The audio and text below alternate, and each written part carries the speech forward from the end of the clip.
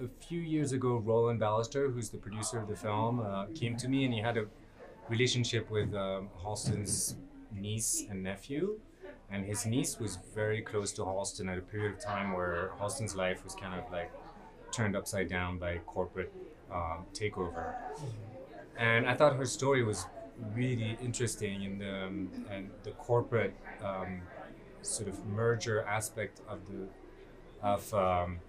what happened to Halston was it was bigger than life. It was a little bit like a corporate thriller, and I I was at a period in my career where I wanted to talk about how the industry can work with creative people and sort of the art versus commerce dichotomy, and so this was something that really resonated personally with me, and I was like, this is what I want to do.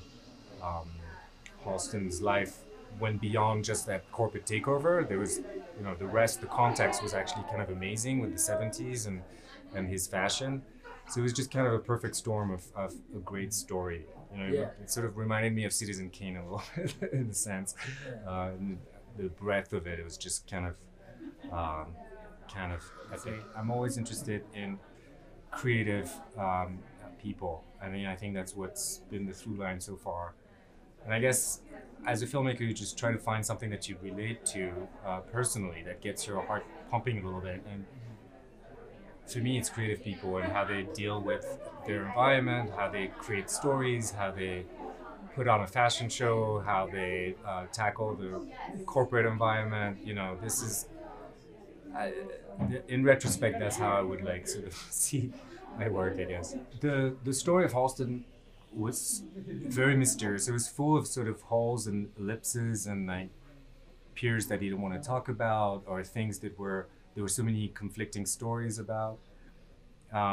So early on in the film, when I looked for examples of like how to create a portrait of a guy that is really hard to know, I gravitated very quickly to like fiction films more than documentaries actually, because documentaries tend to very often be sort of like birth to death, kind of a linear story. But I felt like Halston, that's not how I found out about his story.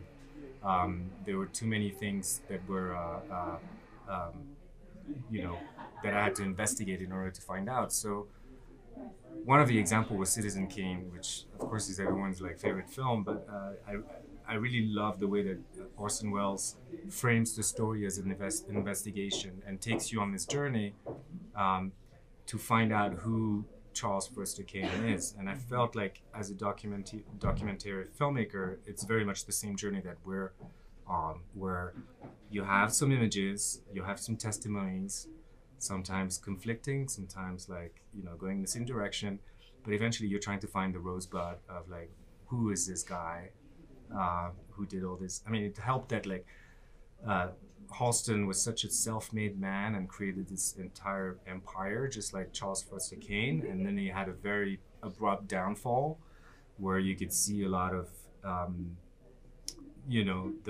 the regular sort of like he started to believe his own publicity kind of story, which happened to a lot of people who get famous, who get very big. So there were so many parallels, and I was like, okay, I want to do something like Citizen Kane, like I want to try to have that type of kaleidoscopic approach to a portrait. And that's how I decided to actually frame the story. I didn't want to put myself, that was the last thing I wanted to do in the film as the investigator, but I started thinking and imagining this surrogate for me who was this archivist who would be trying to understand Halston through the archive material that we have. And so I started writing her. She was a young person, young. I wanted somebody who was like from this new generation that doesn't necessarily know about Halston. And Tavi Gevinson, who has like a huge career already at like 21 in fashion, but also outside of fashion because she's an actress and a writer.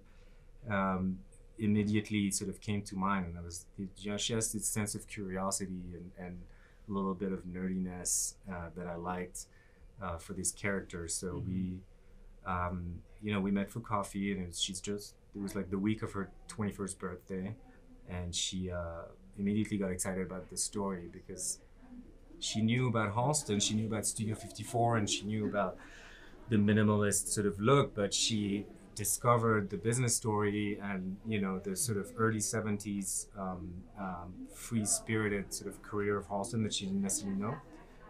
And it sort of resonated with her, just like it resonated with me, and so we started working together. And then she really helped me shape the film in terms of like a framing story, you know.